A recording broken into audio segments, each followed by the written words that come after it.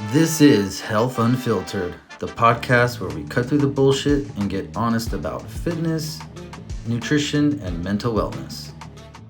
This episode is brought to you by the Protein Lifestyle Cookbook. Say goodbye to fad diets and hello to sustainable results with the Protein Lifestyle Cookbook. Packed with delicious, high protein recipes designed to fuel your body and mind, this book is your ultimate guide to healthier eating. Whether you're looking to lose weight without starving yourself or build lean muscle mass, this cookbook has you covered. What makes it different? I'm glad you asked. It's not just another recipe book. This is a lifestyle roadmap combining science backed nutrition tips with easy to follow dishes that fit your busy schedule. From braised beef with a red wine reduction to chocolate peanut butter protein bars, every recipe is crafted to help you stay full and achieve your health goals. Order your copy on Amazon today and take the first step towards a stronger, healthier you. The Protein Lifestyle Cookbook, changing lives one meal at a time. James, welcome. How's it going? Going pretty good, thanks. Yeah, thanks for having me on. How are you? Definitely. I'm doing great.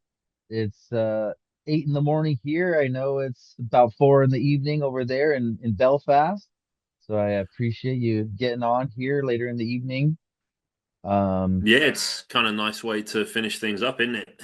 End the day with a Definitely. conversation is always better than end the day with a admin task. Right. Definitely a nice way to close out the day. So today we're going to be talking about the science of skill acquisition. But before we get into the topic, I want to know your origin story. Where you grew up, how you got to where you are now. Can you fill us in? Absolutely, yeah. So where I grew up, I'm Irish originally. Okay. Most of my kind of coaching journey, movement journey but I started out as a kind of pretty unskilled, untalented kid in Ireland that didn't really have very much special going on for him. And the first sort of thing that I really took to was music. That was, my entire teenage years. I was going to be a professional musician and Uh, worked really, really hard at it. Didn't really get anywhere. Like mm, the hard work did not correlate to actual progress, and I attributed a lot of that to just not knowing what was good practice, what was useful.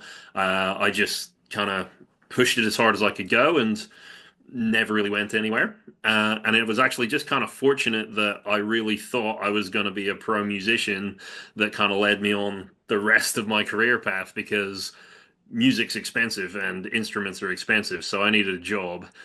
oh And as yeah. it happened, I was also a gymnast at the time. Like, again, not highly skilled, not very good at it, but in the gymnastics world, they were always on the lookout for teachers and coaches. And so they kind of said to me, look, you kind of suck. You won't get very far if you try to keep competing. But Oh man. if you want to be a coach and teach others, then there might be a bit of a career pathway. And in my head, I just Mm, saw the dollar signs for okay, I can buy new drums, I can buy an amplifier.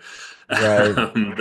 That's going to pay for my instruments, and then just over time, suddenly I started realizing that actually, yeah, okay, I like music, but I quite like teaching a lot more. I like coaching a lot more, Mm, and I started to find just the world of gymnastics really interesting. And that kind of like I spent a little bit longer on those two things because it sort of sums up the journey of my life as I go all in on one discipline and then I go, okay, throw it away. Let's find something else. Um, and it's just kind of worked its way in this random zigzag where I went from, gymnastics to becoming a circus performer. And then circus performer, I started getting really interested in Rubik's cubes, and I wanted to figure out, okay, how can I make myself, faster at solving a Rubik's cube, and that led into wanting to know like what the smallest areas of movement I could work with were. And so that was like, mm, can I improve how people breathe? Can I improve what people do with their eyes and their balance and stuff that, nobody cares about training, nobody cares about improving, but it's kind of that fundamental stuff that if you don't look at it, then you leave quite a lot of your progress down to chance. And that Right. kind of led me into my current role where I'm a movement coach specializing in the brain and nervous system. And pretty much all that I do is about figuring out the smallest thing that people don't see that's going wrong with their training and going wrong with their progress. And as I said, it could be how Mm, they're breathing, how they're balancing. It could be, as simple as what kind of facial expressions are they making and what does that actually say about how they're engaging with the task. And that's kind of become a full-time career for me.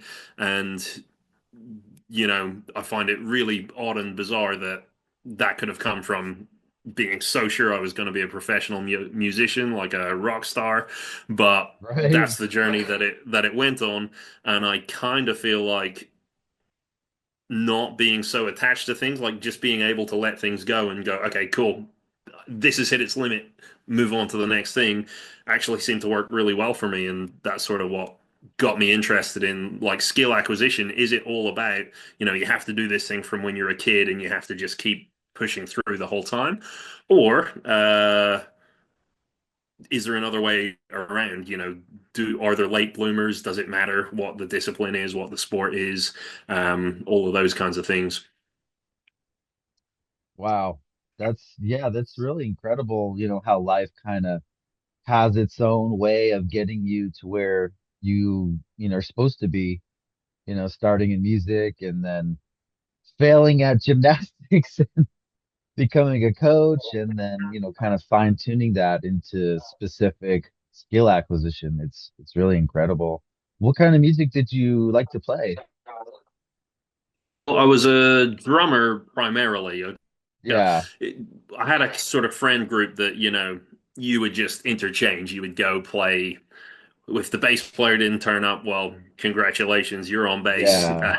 Whose Hmm. house are we in? So that they're going to be on drums because we can't carry that.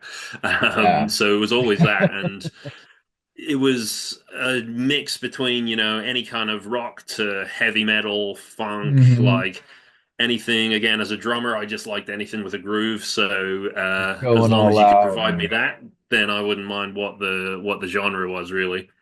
nice. Very cool. Yeah, that's interesting. So you like to mess around with Rubik's cubes back in the day?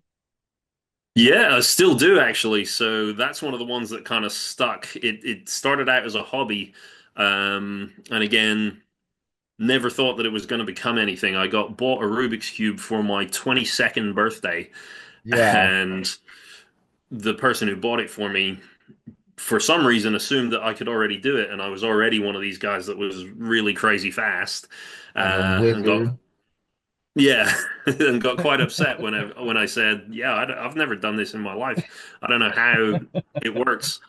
But in my circus career, like as a circus performer, I was getting injured a lot, and so I was finding, Oh big man. big periods of time where I couldn't do any physical training, and so I said, Yeah. "All right, well, what do I do? I'm not going to do nothing. I might as well figure out how to solve this Mm, cube." And then that got faster and faster, and that was something I got really into just because of how impressed people were. It's the thing you always see if you want to write a character that's really smart in a movie, then either have them play chess or solve a Rubik's cube, and suddenly it's like, oh right. wow, that's the smartest guy ever. So people were always singing my praises, even though I wasn't that fast compared to the best in the world. And Yeah. I think that just helped spur me on a little bit.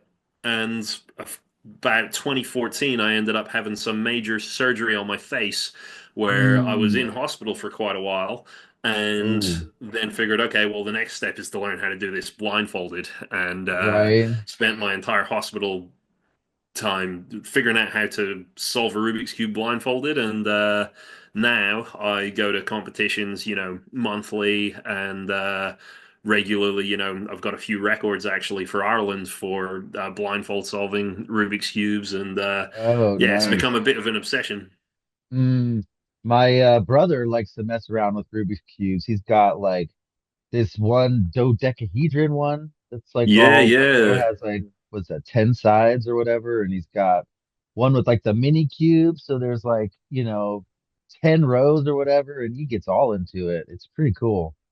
So is he like, I, is that a very specific interest, or is he kind of more into puzzles and into like a wide range right of that kind of right thing? now, right now it's very specific on that.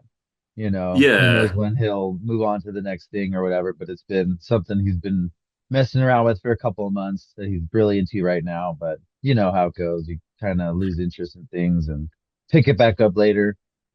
But Yeah, and so, I think sometimes it depends how close you zoom in. Like mm, I found for with music and drums, I just really wanted to be so fast at this one guitar solo or this one drum fill. yeah, And so I just practiced that over and over. And it's so much easier to burn out when you've got this one thing that you're like, I need to be good at this specifically. right. But then, if I was to zoom out and just be like, yeah, I'm just enjoying playing the songs, or, with the Rubik's Cubes, well, I'm going to buy all the different kinds that you can get. Well, then you buy yourself a little bit more time before you've kind of exhausted everything. And then maybe you could zoom it out further, and it's like just puzzle Yeah, solving in general, or how fast can I make my hands do things? So I do Rubik's cube right. and the piano, and you know magic tricks or something like that. I feel sometimes we burn ourselves out by like how closely we want to zoom in. Hmm. Definitely. So what happened to you that landed you in the hospital? So that was probably one of the things that got me into learning about the brain. I was Hmm. actually born with one side of my face significantly larger than the other, like with the sort of muscle tissue and just fatty tissue.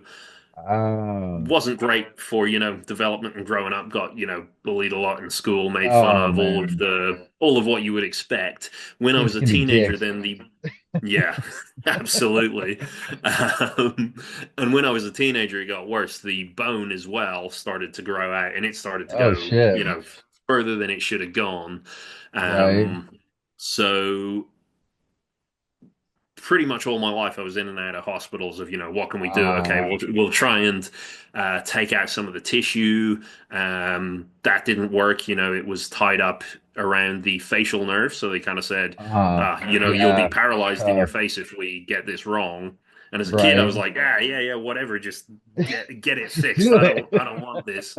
But now having worked with people who have all sorts of facial paralysis and stuff, and Yeah.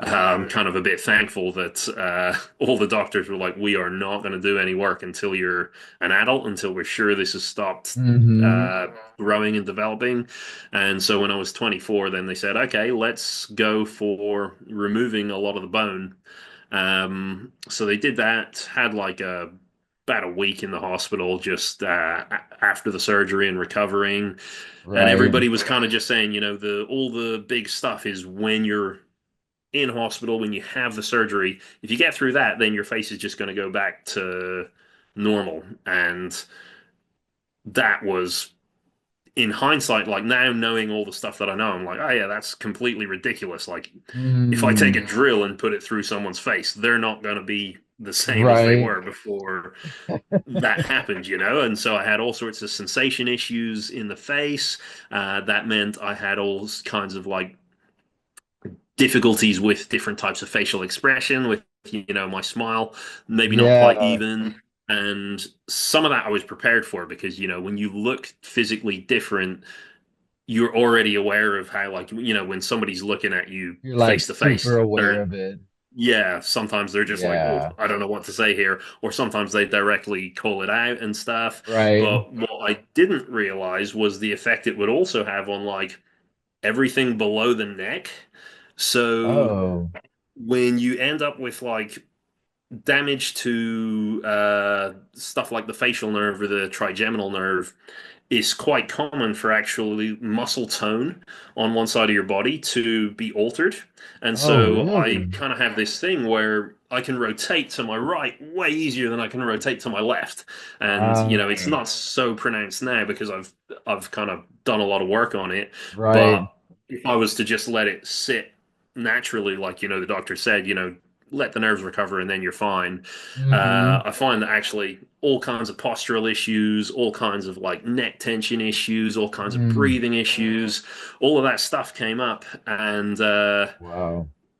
that's kind of what got me going. Like, yeah, I'm interested in physical movement, with the gymnastics and the circus and even the Rubik's cubes. I was always into Hmm.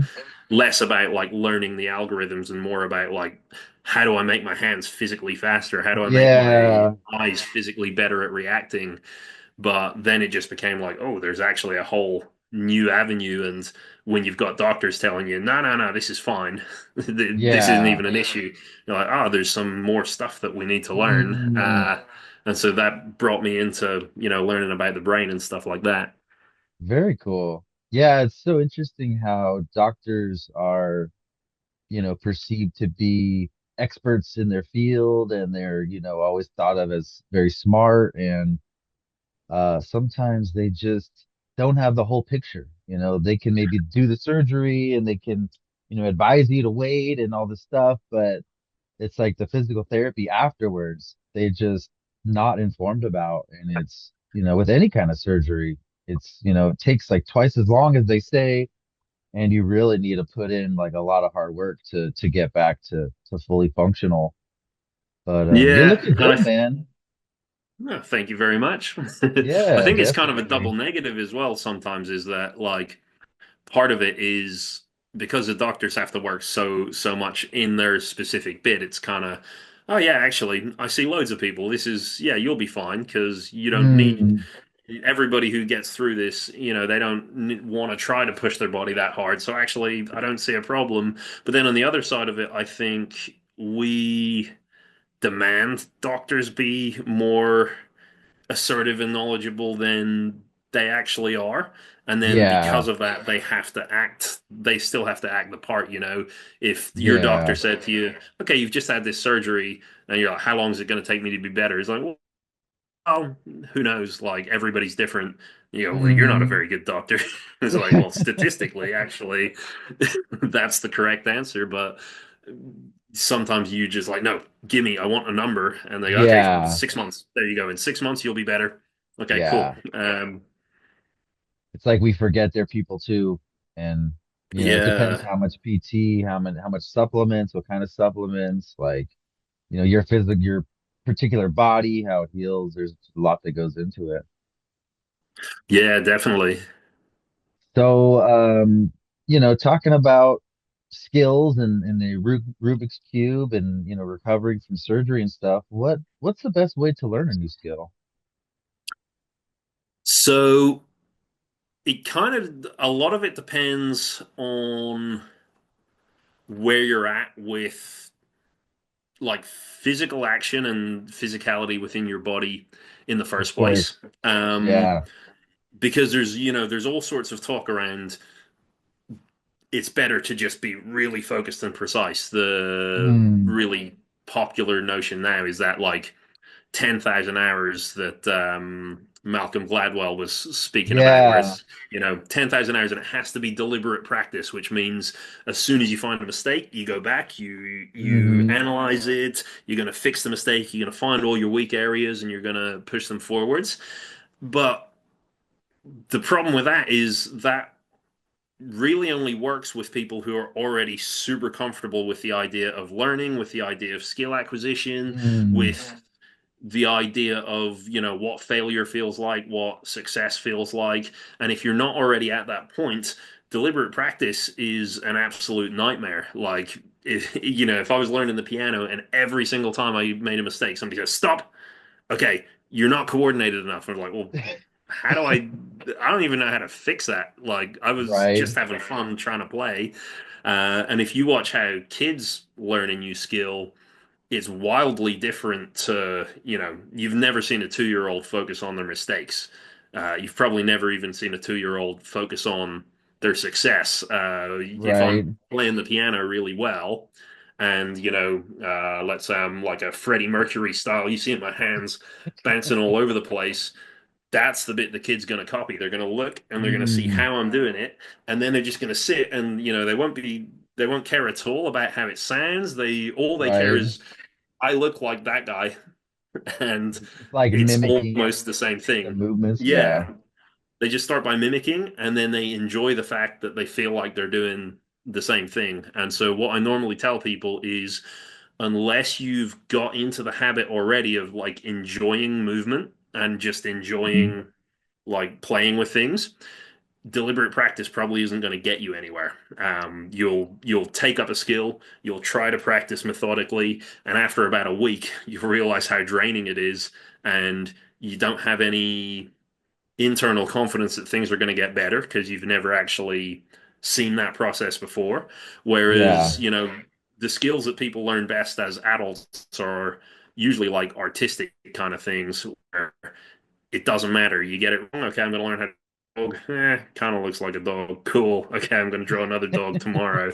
Um, but it's not necessarily something like archery where it's like, oh yeah, your posture needs to be perfect. You need to have like this perfect pull on the bow and Oh think yeah. about all that. And if it is something like that, it's usually they get a good teacher at the start who doesn't try to Hmm. focus on the technique. They're just like, here's a bow and arrow, just whack it at that wall and come back every week. And after a Right. while, then it's like, oh yeah, this is okay. Now I'm going to learn how to the layers onto it.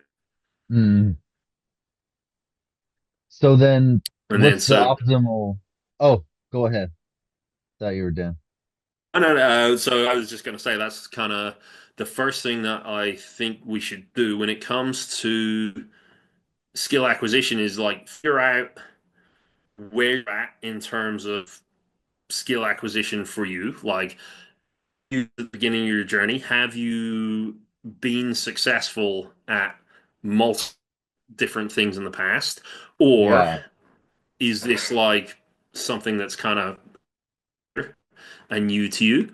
And if it is new, then the only thing that you need to be worried about is how much fun am I having when I'm doing any of these things. And when Nice. you're from that lens, your brain is doing all the work of figuring out what's going on in the background, but what you're doing is actually you're building up your ability to be motivated, and you're building up your Mm. ability to motivate yourself to go back to it the next time, the next week, or whatever. And so that would be my kind of number one rule when people are asking about like how do I learn something faster is have you checked that box where you've just comfortable with having fun, comfortable with the fact that if you're not going to be an Olympian at this, would you still want to do it tomorrow? And Yeah. I think a lot of adults would say no. It's like, well, what's the point in learning something if I'm not going to be guaranteed to be good at it? It's just a waste of my time. I already don't have so much time, so I actually will just sit this one out, and that's a losing strategy for sure. Hmm. I love that. I love focusing on the fun, having fun and having that be a pathway to motivate you to want to continue and to get better. Are there any other like tips or tricks you'd recommend for the listeners to acquire new skills after Yeah, focusing so on the fun part? Yeah, so if you find something that you actually want to go back to, and that's again my kind of litmus test is, Mm. do you wake up and go, "Oh man, I signed up for that course. I guess I have to go back today," or do you wake up going, "I'm doing this today," and it's like, "What am I Mm. going to learn? Don't know. What's it going to be like? Don't know." Now you're at the stage where we can focus on what you're learning a little bit. And in phase two, I normally tell people the results aren't that important. The important thing is to like play with your capabilities. So rather than saying, uh, let's take a Rubik's Cube, can I solve a Rubik's Cube in 50 seconds? Mm. Start just putting in Wow. random restrictions and start putting in Hmm. like, all right, well, can I do it without turning the whole, can I do it without turning the cube around? So my hands can move, but the cube actually has to stay in a fixed position. Can I do it just using one hand? Can I do it just using one eye? Like stuff, even Hmm. stuff that you don't think actually matters. Just figure out those restrictions to the skill because about 80% of your brain deals with movement on an unconscious level, and Hmm. 20% of it is consciously controlled. Your unconscious brain is actually better at figuring out and learning new skills than you are. So when you're trying to learn something you've never encountered before, and if you're going like, all right, precise about like where my your brain's actually not learning very much. Like it's probably even ignoring everything that you're saying. It's like, okay, you want to be here, but actually, this is I want to be here. Right. So I'm not going to take in random bit of information that you're shouting at me. I'm going to start figuring out, what are the differences when my heart rate goes up? What are the differences when Mm. my posture changes? What are the differences? Is it different when I'm moving my arm while I'm breathing in versus when I'm moving my arm while I'm breathing out? And your body's trying to work out all of those things. And the last thing that it needs is for you to start adding a extra layer of, oh yeah, but is my posture okay? Am I Right. aiming at the right target? Is all of this perfect? Because it just doesn't need to be. So usually I'll tell people come up with like a banal task that takes your conscious brain out of the equation so that your unconscious brain can Mm. learn what's going on. And that can be restrictions. That can be, can I just do it a bit faster without thinking about how I'm going to do it a bit faster? Can I do it on one leg? Can I do it in, 10 different rooms of my house? Uh, Yeah. all the different things where it's like you have to pay attention to something that probably, Mm. probably doesn't influence the precise outcome of the event. Right. uh, that'll be the next thing you want to build. And what you'll start to find is what you'll end up building while you're not paying any attention is actually a more solid foundation of like the basic skills than you would if you were actually trying to take over and control things by yourself. One of Yeah. the big things that I found when I was training gymnasts, we all the perfect forward roll. We're just going to focus on that. We're going to pay attention to it. Always took much longer. Always seemed to result in way more injuries than when I started to work with circus performers. None of them Mm. cared about what the perfect technique for a roll was. They cared Yeah. when they had a reason to care. So, once I need Hmm. to do it through a hoop, or once I need to do it off the top of a trampoline for a show, then they would get really specific, and they would just start putting all these parameters that would challenge that forward roll. For the Hmm. rest of the time, they were always just thinking about like, well, can I go this way? Can I go this way? Can we play games that you know, dodgeball where everybody can only roll around the floor? And I just found people were getting better way quicker, and I wasn't having to write half as many first aid reports, and that kind of led me to go, all right, well, let's figure out how does the brain actually feel about uh, all of this stuff, and it does seem again even for kids and for adults most of the learning has to come unconsciously before you can start consciously making the little bits on top.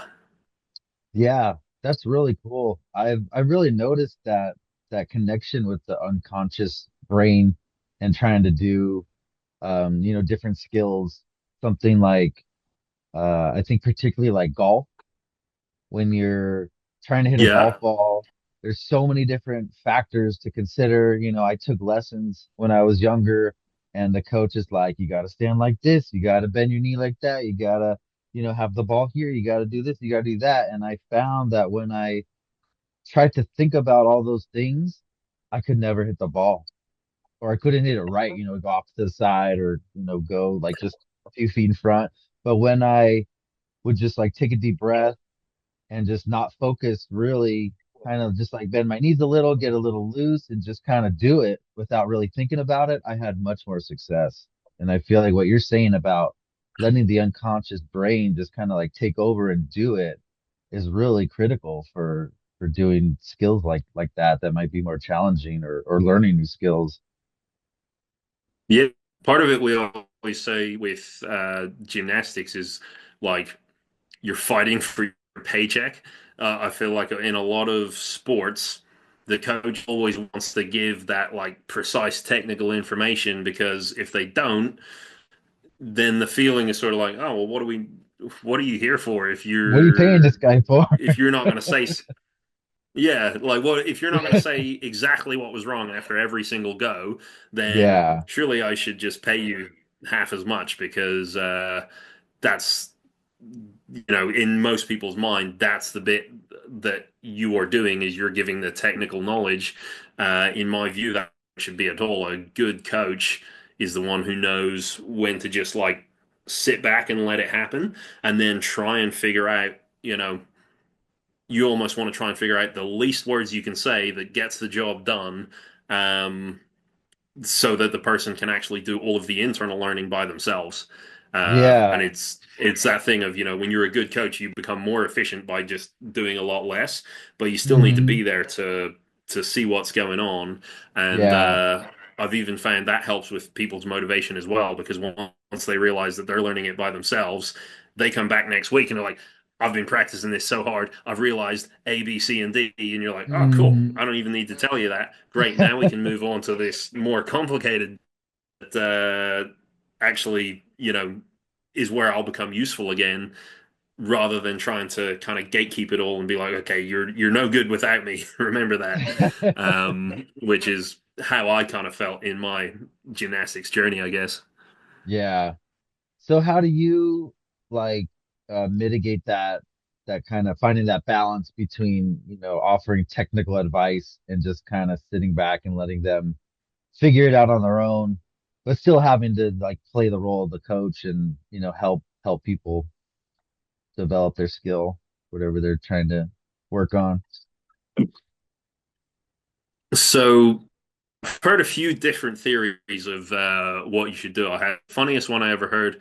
Not sure if we're allowed to swear on this, but I was always told unsolicited coaching advice, the dick pics of coaching and teaching is, when somebody didn't come up and ask you what's going wrong, and then you just come in and tell them, nobody asked for that, nobody wanted it, and it Right. probably isn't going to progress anyone towards their actual goals. Yeah. Um, so for a long time, I did kind of work in that way of like, if people don't ask me, then actually I should just wait and wait Mm, until they ask. The only problem with that is that also kind of depends on how you were raised, how you developed as a yeah. kid.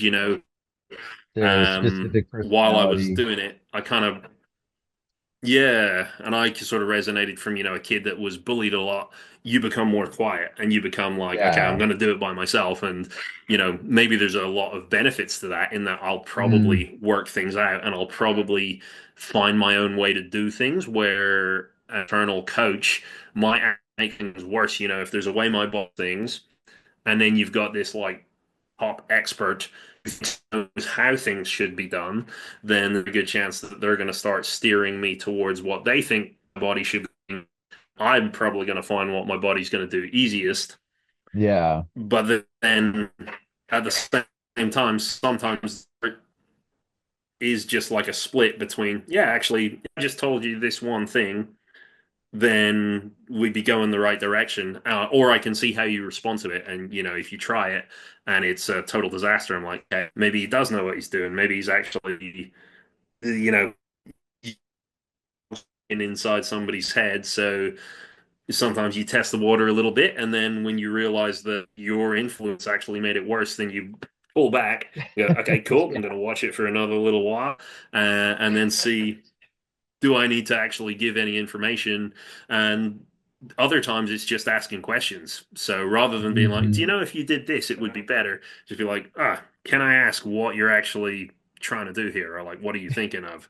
Um, and a lot of the time you'll get an answer and you'll go, whoa, I would never have even thought to test that, or I would never have thought to do Mm, that. That's a really good idea. Let's see where it goes. Um, and or other times, then you'll find out it's like, okay, maybe we should rethink this, because I don't think it's going to go the way that you think it's going to go. But I think always having that conversation where nothing is definite, just always being like, what's going on? Would you like to try this? Here's Hmm. my opinion. It doesn't mean you have to take it, Yeah. as long as things are safe, obviously.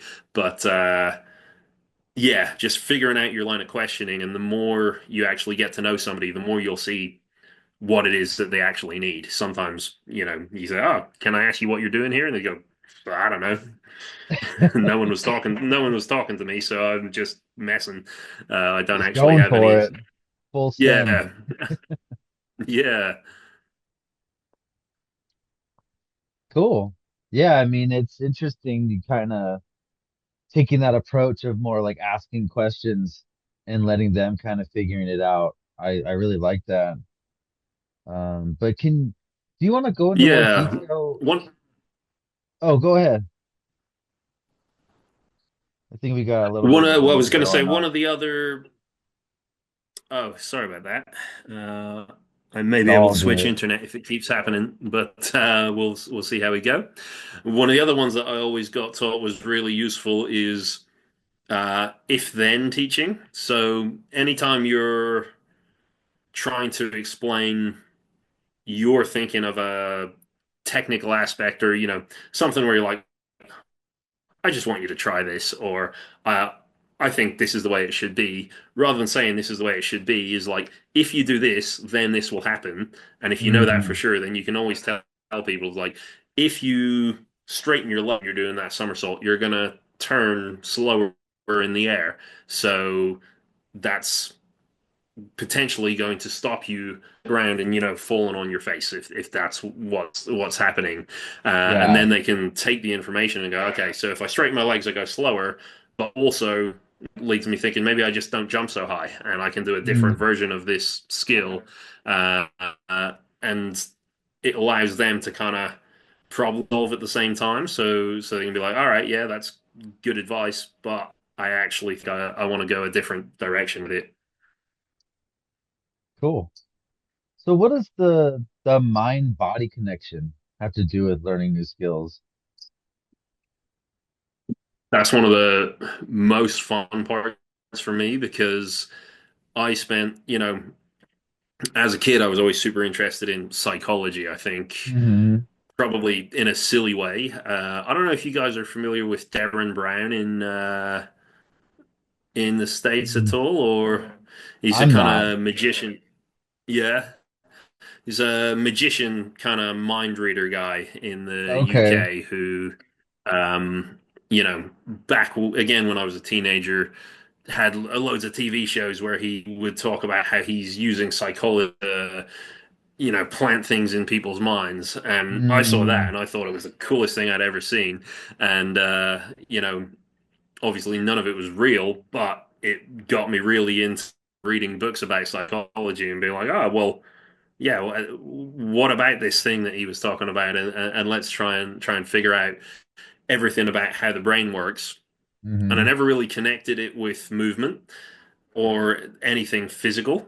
But now that I've kind of looked through more and more research into movement and how movement works, it actually seems like the psychology side of things is the way to be looking at it. Actually, your brain exists entirely for the purposes of movement. And the reason that we have all these weird and complex thought processes is specifically to make movement better.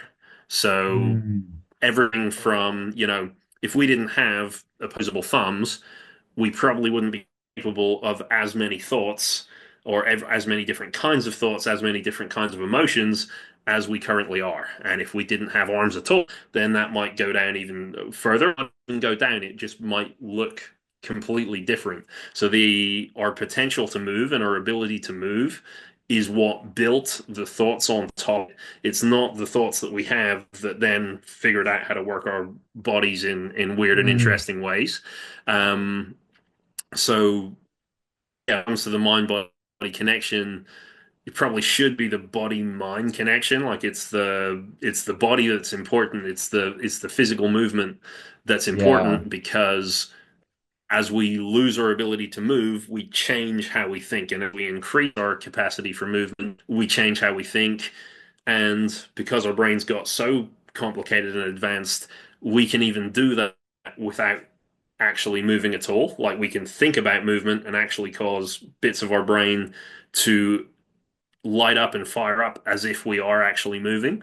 So like we That's can simulate fascinating. movement in our minds now, which is really interesting. We can kind of imagine how other people will move. We can imagine how we will move.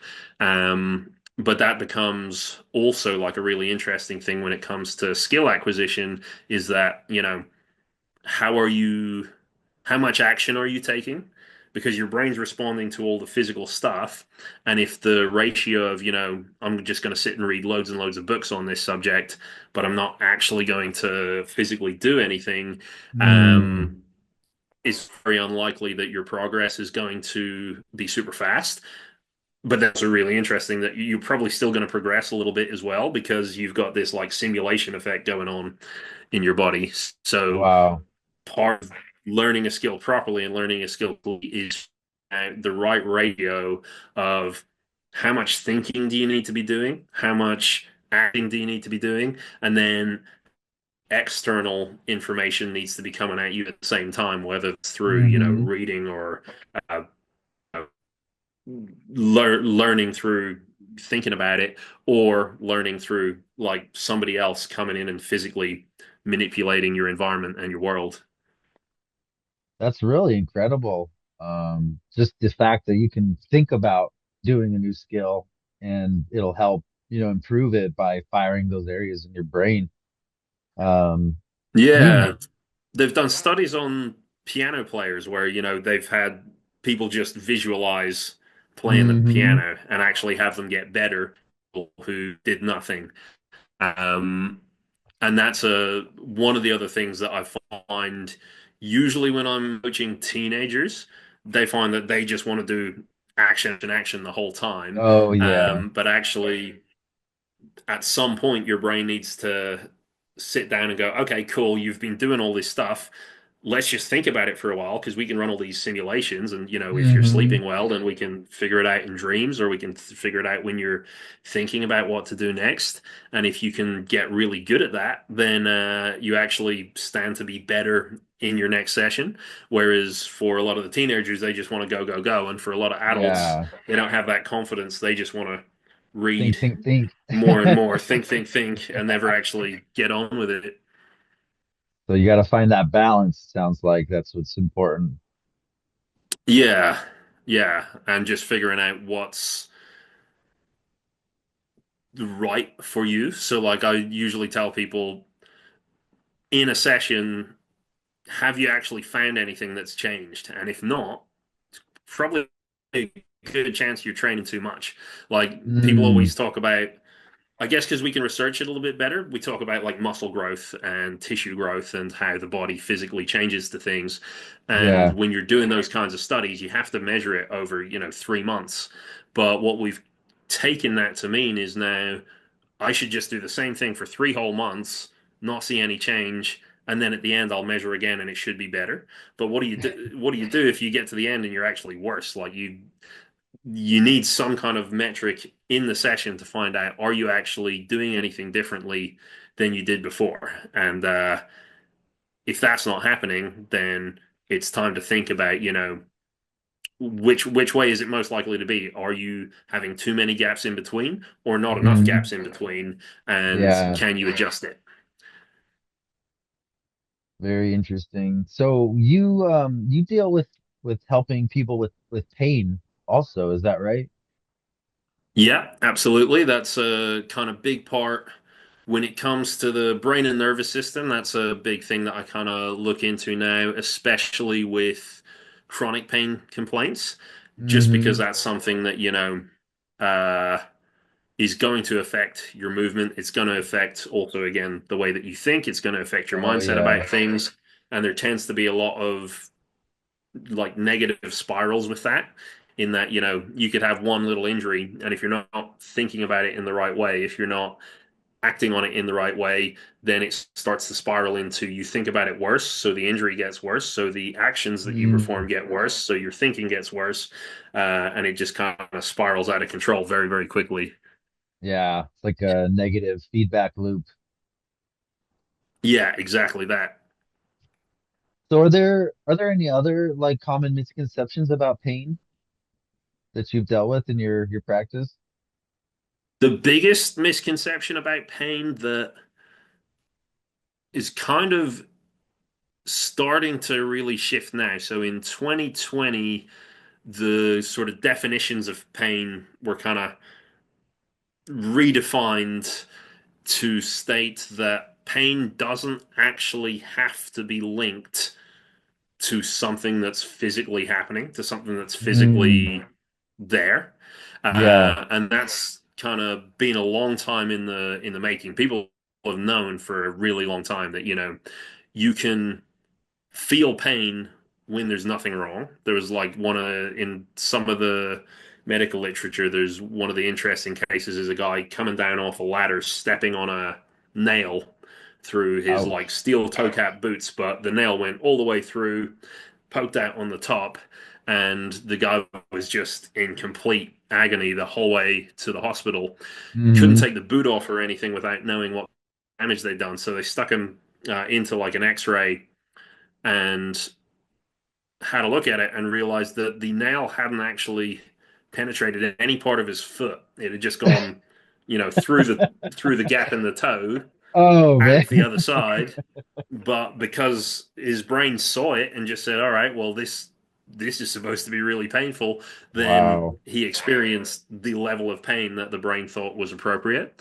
And then on the other side of things, you've got, soldiers in the military who I believe now, when they get to cover, wipe your hands all over your body, like have a look, see if there's any blood, because when you're Yeah. adrenaline, you can get on shot and you won't even notice that it's happened. And I've had injuries where people are dealt with people with injuries who have said, at the time, I had no idea that I had done anything, and this is broken bones and fractures and Wow. things like that. They're going, yeah, this happened, but I didn't feel anything. I didn't realize anything was wrong for like a month. um, so pain is not actually related to the injury itself. The Hmm. pain is just how your body processes it, and it decides, okay, well, you've got some actual tissue damage there. Probably quite useful if I made that really sore, so you don't move it around and make it worse. But Yeah. if your surroundings mean that it's actually more for you not to have that pain, then your body's going to figure out a way to diminish it and change it. And that's what leads to these kind of negative spirals is that, you can have an injury, the injury can be healed up, but because you've almost built that habit of being in Hmm. pain, then your brain goes, well, it's easier for me to just assume to just make this be painful because Right. now you're not doing any stupid things that caused that injury in the first place. So Yeah. we'll let it go how it is. It's really incredible. I mean, it goes back to balance, balance between paying attention to your body and feeling that pain and knowing, okay, my shoulder is sore. I need to like go easy on it, or I need to, go in the cold plunge, or I need to put some heat on it or whatever. But then not overdoing it and be like, oh, my shoulder's still sore. It hurts, but it's fine. And you actually should be using it again. It's really incredible how the brain works Yeah, in that aspect. some some people can find it scary because it's like that thing of, all right, well, how do I know which one it is? Right. That can be pretty terrifying. But Yeah. sometimes the other way to look at it is like to just where, when things are hurting really badly, it's not a definitive that's not a definitive answer. That's just your brain saying, I want you to pay attention to this right now. Right. Cool, I'm going to pay attention, I'm going to monitor the situation, and then I'm going to see what happens. The other thing that's interesting about pain is it's a sensation and an emotion at the same time. So you can Hmm. feel physical pain, but depending on the context, the actual emotions that you feel about it can be different. So, if somebody, as a joke, we've had a bet where it's like, oh, I wonder if I can put this little metal spike into your shoulder. And it's like, all right, cool, this will be fun. And it hurts, but you're all laughing, and everyone's like, okay, cool. If it's too much, we'll just say stop. If it's too much, it's going to be fine. And you're like, yeah, that's really sore, man. That's you don't understand how sore this is. Hmm. Whereas if that is happening to you for, somebody's doing it without your consent, you don't exactly Yeah. enjoy it. The experience is much different, even though it's the same stimulus, it's the same amount of tissue damage. It's just your reaction to it makes the intensity of the pain worse because it affects that emotional side of it rather than the physical side. Hmm. Yeah, definitely. Are there certain mindsets that people find better results when dealing with pain or even new skill acquisition? So with pain, the mindset I've found is this this will pass, or like I'll get through this, is always the one that seems to work. Like Yeah. when you suffer an injury, if you go like I need to know what's causing this, I need to know the answer, I need it fixed. Very often your brain doesn't like certainties, and it doesn't like specifics. It's very vague as like Hmm. a general rule. And so with pain, the same thing is really general. It's like you sort of feeling pain in your shoulder, in your right shoulder, commonly liver pain, which nowhere near your right shoulder. It's way down, on like near the bottom of your ribs. Liver pain gets referred, and you've experienced that. If there's inflammation or something there, you'll experience that as right shoulder pain. People, Hmm. one of the symptoms of a heart attack being like shooting pain down the left side of the body, even though Yeah. that's not your heart. Your heart is still on the left, but it's much closer to the middle of the chest. So there are referred pains. There's pain in one area, even though there's a physical injury Hmm. completely somewhere else in the body. The brain just gives you what's most useful for your survival, or what's most useful to alter your behavior, whatever way it wants to. And when you start getting into that, like, no, this hurts as soon as I move my arm in this one position, so I'm just going to keep moving. Okay, I need to find the exact spot that this is coming from, and I need to find the exact one exercise that's going to fix it. That like Hmm. hyper examining, I was like what I was at the very start with skill acquisition. If you start really trying to hyper focus on what's going wrong with skill acquisition, with your skill learning, your brain just goes, no, no, no. Keep that away from me. I'm trying to figure out the problem. You're not helping. So that tends to make things worse. When you have an injury, you're just like, okay, cool. I'm gonna get through this. I'll take my steps. I'm gonna first of all, leave it a little bit and see, does it get any worse? If it's immediately Hmm. getting worse and worse and worse, then obviously I'm Yeah. going to be concerned, and I'm going to go get it seen to. If it doesn't seem to be changing, it's like, okay, well, I'll wait a few days and I'll just play with it. I'll just, treat recovering from injury almost like relearning a skill. Just go, can I go like this? No. Okay, well, I wonder if I can get to the same position in a different way. I've had Hmm. people who can turn their head to the left or to the right, but what they can do is rotate their body and keep Ah, their head fixed, which right. very bizarre because it's the same muscles controlling the movement. I'm rotating my body, my head stays fixed. I still am essentially turning my head, but Yeah. sometimes it's just a different context for the brain, and it goes, "Oh yeah, actually this is fine. I'm going to let you do that." So just having that attitude of like, whatever it is, we're going to get through it. We're not going to put a time limit on it. It could take a day, it could take a month, it could take however long. We're just going Yeah. to see, roll with it, monitor it, get whatever help that we need to, but not adding stress to the situation is probably the best thing. So that's what I'd say for pain. When it comes to skill acquisition, I guess I would just treat it as like a funnel. So almost to summarize the stuff we've been talking about from the beginning is like, start with a really wide net and then you just, Hmm. as your competency goes up and up, you just move the goalposts a little bit narrower and a little bit narrower and a little bit narrower, and then you'll see that like you can just start to hone these things and focus them in the ways that you want. If you start too narrow, I mean, goalpost probably a good analogy. If you try to kick a ball into a goal and it's really really wide in the first place, you're probably going to succeed. And every single time you succeed, if you just bring it 2 feet closer together and try Hmm. again, then your confidence is building up, your dopamine levels are building up, which is going to improve your memory formation and stuff like that.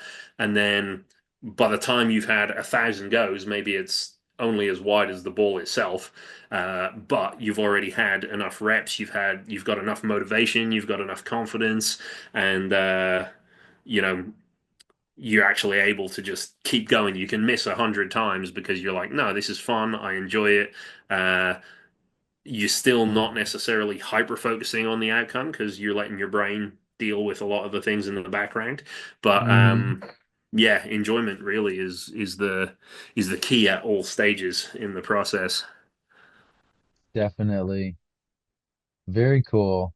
Well, that sounds like some great advice. I mean, with the pain, just sounds like you just really got to be optimistic and give it some time, not really hyper fixate on it too much and just deal with it as it comes and, really try not to stress out about it.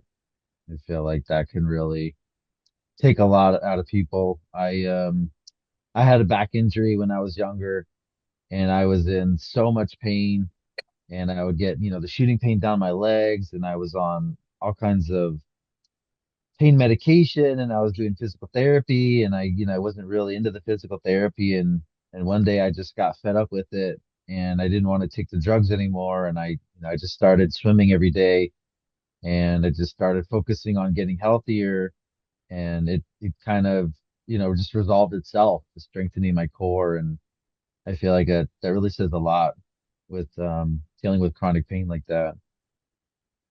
Yeah, I think one of the interesting, like I was talking about with the mind body stuff, one of the interesting fields in psychology right now is a field called positive psychology, which sounds Mm, really corny. It sounds like it's just all about positive thinking, but the theory behind it is basically you can't take somebody with negative emotions or a negative psychological state and then reset them to zero because that's not how your brain actually works. So they found, you get someone who's depressed and you try to make them not depressed, you're essentially just trying to make them neutral. Like you're trying to reset the bar to zero, and right. it's really hard to do that. When you try to do that, it doesn't work.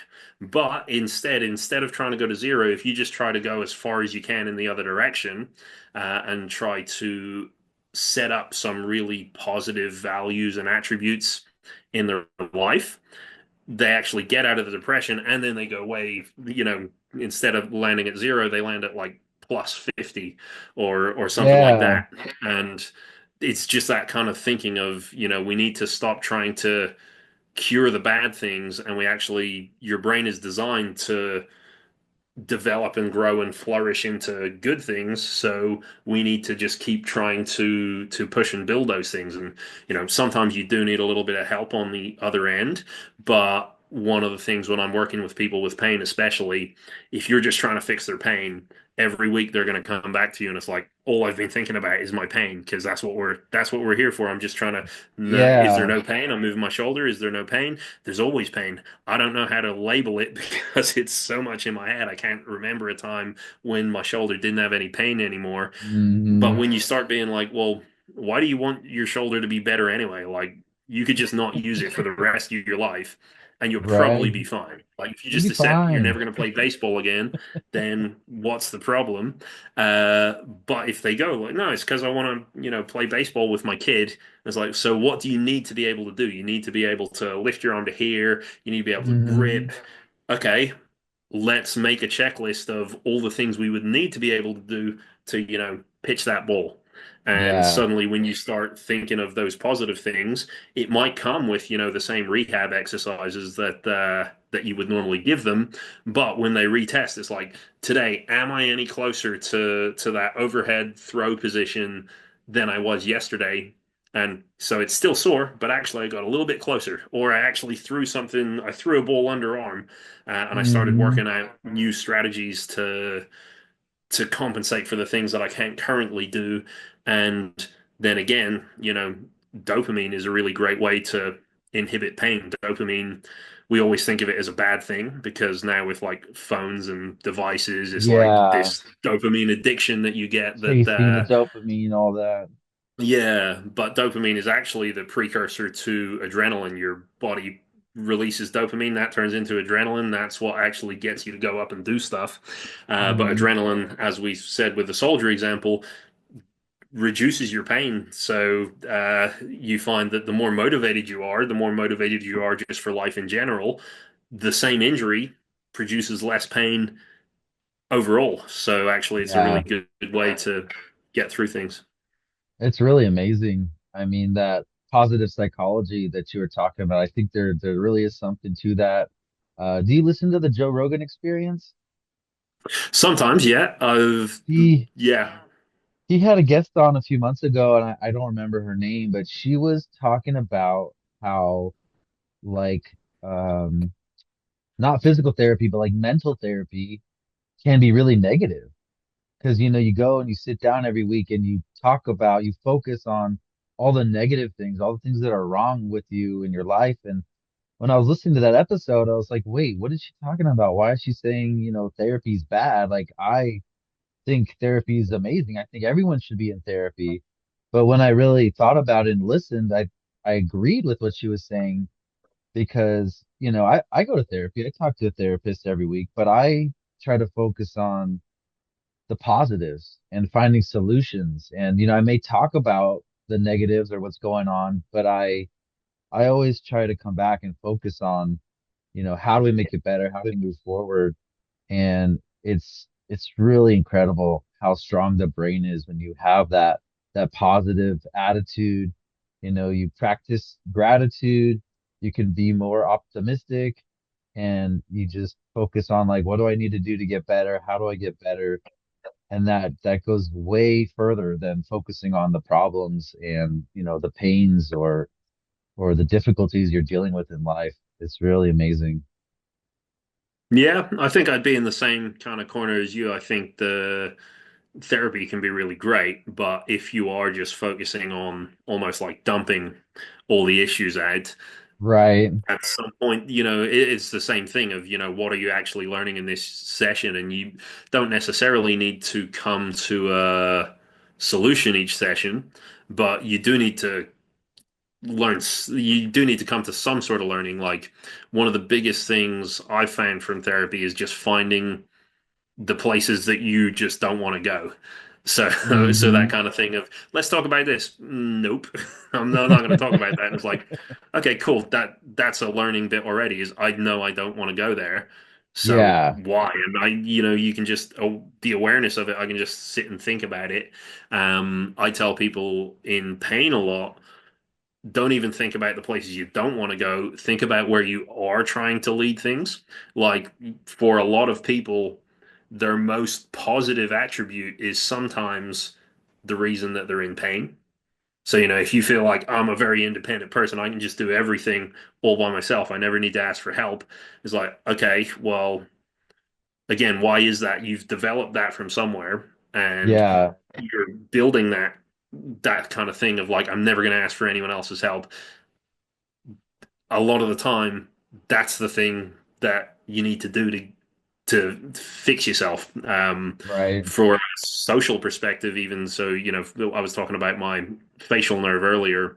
One of the things about your face that people don't realize is your ability to be expressive with your face actually influences how much pain you feel. Because if I can show Really? somebody that I'm in pain, is more likely that they're going to come and try and look after me.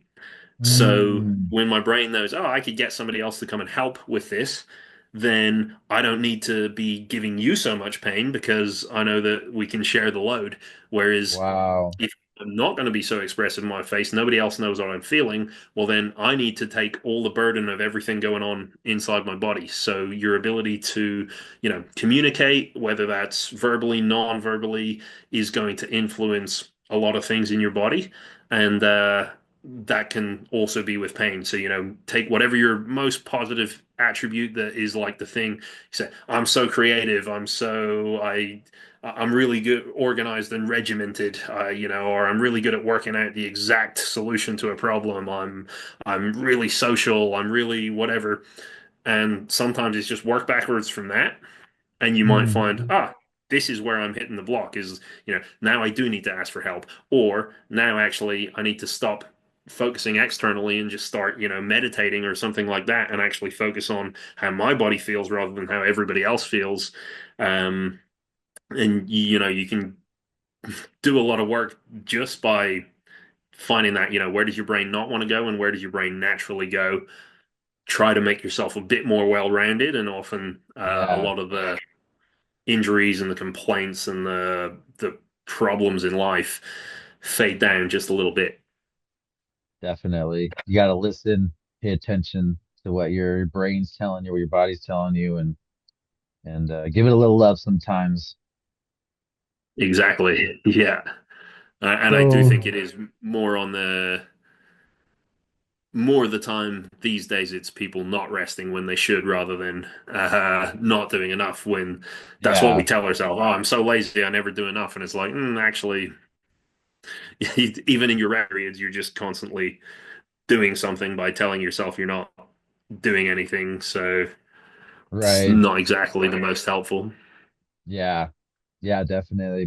I was talking to my wife yesterday, in the evening, and I was telling her like, man, I just feel like I had a good day, but I wasn't very productive. And then I kind of was telling her what I did. I went for a walk. I took the dogs for a walk. I bathed one of the dogs, and then I was like, geez, I guess I did do a lot of stuff. So I just Yeah. had to like think about it, and then it made me feel better. Like, okay, I did do a lot of stuff, and I can feel good about my day. And even though I already felt good about my day, I Yeah. just felt like I hadn't got a lot accomplished, but I ended up doing it, and I just had to think about it a little bit more. Funny you should say that. That's another thing that I say a lot, especially with skill acquisition, is how good are you at predicting what you can accomplish in a session or what you can Mm. accomplish in. Everybody says, we underestimate or we overestimate what we can accomplish. We overestimate. No, we. I'm saying this completely backwards. So we Let's overestimate start what we can over. accomplish in a year, and we underestimate what we can accomplish in 10 years. And but then what about actually like in a day or in a session when people say, "Oh, I didn't achieve anything today," and it's like, "Well, what did you want to achieve?" I don't know. But well, you didn't even set a target, so how nothing is the target, and anything over that is a success. And Yeah, then, or the on the other side is like, well, I had 20 things that I wanted to do, and I only got three done. It's like, okay, well, rather than calling that a failure, why don't you call that you learning how to predict? So tomorrow, now you're going to predict, okay, how many things can I actually achieve? Like, here's what I want, here's what I'm going to get. And yeah, the closer you can get those two numbers to be together, then the better you're going to feel about your days. And, that's for productivity, but also with skill acquisition. I usually tell people when they're getting fed up because they're not progressing fast enough, is like, well, where did you expect by the end of today? And yeah. nobody can ever tell. They can tell me where they want to be in a month. In a month, I want to be able to do a double backflip. Hmm. Okay, well, have you that out on a calendar? Like, 1 month's time. Okay, well, a week before that, what do you need to be able to do to be on that trajectory? A week before Yeah. that, a week before that. By the end of today, what do you have to have completed? And when I've worked with like high level athletes, they're really good at that. They don't even need to plan it out. They're just like, today here's the goal. If I don't get it, I actually don't care so much because I'm good at. I'll just adjust it. I'll fix it either side. Hmm. And when they tell me what they think they're going to do, it's usually not far off. Else, it's usually like I want to do a million things. Really angry if I if I hit, and it's like, well, yeah, why? Like you're just bad at predicting. You're not bad at doing it. You just need Yeah, to work on your prediction skill a little bit more. definitely. So what's rewire? Rewire is my business. Rewire Neurodynamics Hmm. is my movement coaching business that is, as I said, all about basically improving physical and mental health through movement specifically. And that doesn't always look like what people think it looks like. Movement can be very, very small when I'm Hmm. working with pain. Then sometimes it's as much as like, what am I thinking before I move, before I just do my regular Yeah. movement? It could, like I said, how am I breathing? How's my facial expressions? How is my sensation? If I can feel, if I'm hypersensitive on one side of my body, that's going to affect how that side of my body can move, as I discovered when I lost the kind of nerve sensitivity on this side of my face. Sometimes it's Mm. improving the sensation so you can actually use that part of your body to move better. On the kind of more advanced, when it comes to skill acquisition, again, it's like, what's the smallest thing that you didn't do? When I'm trying to solve a Rubik's Cube in 10 seconds, Hmm. my eyes are going to be really important. Did I look at the right thing at the right time? Because if I didn't, how am I react quickly enough? So, are you looking at the right place? Are you able to look at the right place quickly enough? If my eyes don't track to the right as fast as they track to the left, then I know, okay, cool, that's interesting. How are you going to deal with problems when they show up on the right hand side? You're either going to need to train your eyes to be faster, or you're going to need to train, some kind of defensive strategy so that you can bias things to the left. It's all about just finding out the really tiny details so that you can keep doing the positive things. Keep training your archery, your martial arts, your whatever it is you're trying to do. Hmm. Um, we look at deliberate practice from the idea that, let's just fix one thing at a time on the small end of the scale, and then feed that back into your regular practice, and you should start to see the improvements a lot quicker and a lot more noticeably than if we try to deal with everything all at once, Yeah. and make it better in that way. Cool. So you do this like virtually or in person or both? Most of the time, virtually, yeah. So I do. I would say the majority of the work I do face to face.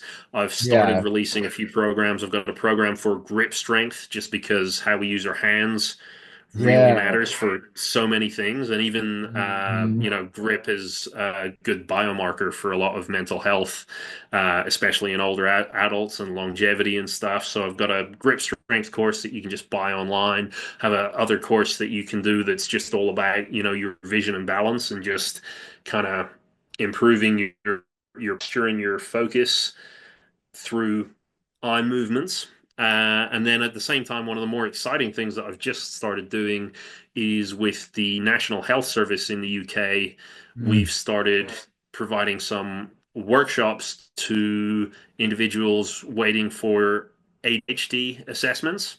So, we've got really long waiting lists here in the UK, and Yeah. as I've kind of teamed up with another company, Practical Wisdom, to provide practical tools for managing just day to day life when you struggle with focus, emotional regulation, sleep, planning and organizing, that kind of thing. So, kind of really wide range of stuff. Definitely. Do you have any practical tips for listeners as far as like ADHD kind of stuff you were just mentioning? Absolutely, yes. So my kind of field again within that course is all about the physical side of things. And the first thing that I always tell people is improving your focus. You have to think of it as like this kind of sliding scale, because one of the things that baffles a lot of people when they struggle with focus is this idea of like, I don't understand it because I can't focus on the things I need to, but sometimes some things I focus and then I can't stop. So Right. it doesn't feel like it's the focus that's broken because I can just do Hmm. that for ages. But it's like this kind of sliding scale. People who have strength issues usually find that they can do some really strong jerky movement, and they can do like a kind of light movement, but they can't do everything in between. Whereas the people who are really strong can pick up like a bit of spaghetti or something without crushing it. Like they can exert a light amount of force, they can exert a strong amount of force, and they can basically go on a sliding scale. They could hit every Yeah. on a dynamometer and hit all of those. And focus is the same thing. Is like you could have intense focus, you could have no focus, and you could have focused. But what about everything in between? If you need to focus on tying your shoelaces, it's not that Hmm. useful if your focus goes to its maximum level, because that's going to use a whole lot of your energy, and you're going to Yeah. find that by the time your shoes are tied, you're physically exhausted because you used all of your energy to focus on doing that. You actually want just a tiny amount of focus, and you want to be able to remain focused on it without being distracted by other things. So what you're actually trying to train yourself to be good at focusing is to train every single point on the scale as and when you Mm. want it, rather than just being like hardcore focus, focus, focus, because that's not actually that useful. From the physical side of things, the things that are most useful, number one, improving blood flow to the brain. So a lot of that's going to be like light cardio work. So that's, Hmm. go for a walk, go for a run. Don't actually exert yourself too much, because when you do too much work, actually now you're starting to use up energy for the body rather than for the brain. But just keeping like Yeah. kind of like cardio can be really useful. For if your focus is too low, then usually it's dopamine. So you want to Mm. increase your dopamine levels. I would recommend anyone who struggles with focus to take up some kind of ball or racket sport, because that's one of the best ways when your eyes move up and down or near and far.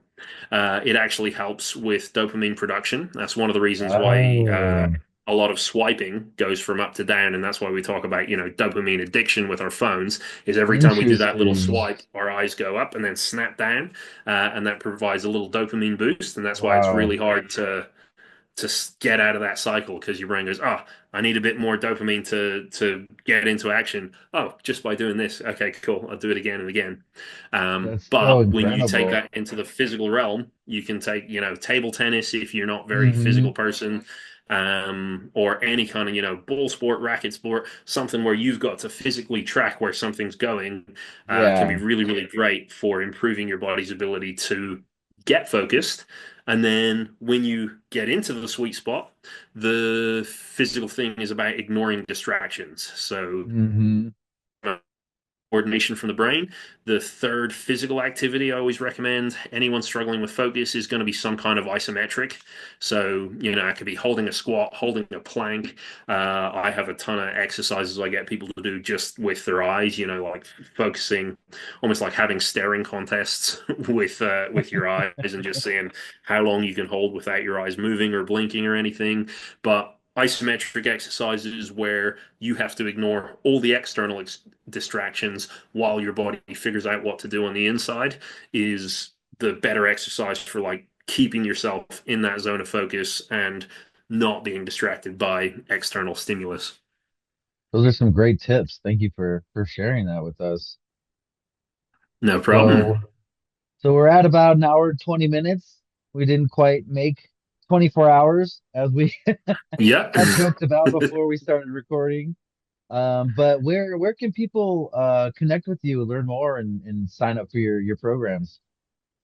Yes, so I've got my website is just Rewire ND. So for neurodynamics, November Delta, rewirend.com. Okay. Um, you can get all the programs on there. You can also book sessions. So I offer a free consultation to anyone who wants it. One of the things that I kind of believe strongly in is when you're stuck and you're not sure what kind of solution you're looking for, that the worst thing is to have to start spending money everywhere. So one of the things I want to offer people is if you're not quite sure whether you need to speak to me or somebody else, book a call. We'll chat through it, and if I think I can help, I can say how for free. Or if I think you should be spending your money on X, Y, or Z, then I'll point you in those directions. So you can book a free consultation on there. I've also got paid sessions if you want to do the face to face. For like the info, my YouTube Rewire Neurodynamics or my Hmm. Instagram Rewire_ND. I'm usually posting pretty actively on all there with just general info about different things and different strategies and tips for how to move better to improve physical and mental health. Awesome.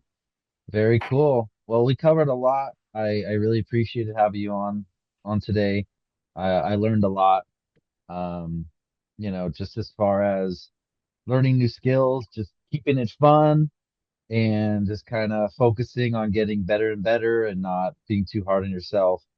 And it's just incredible about the pain, about how it can be so much in your head, but you also do have to kind of listen to your body and make sure you're not overdoing it and stuff.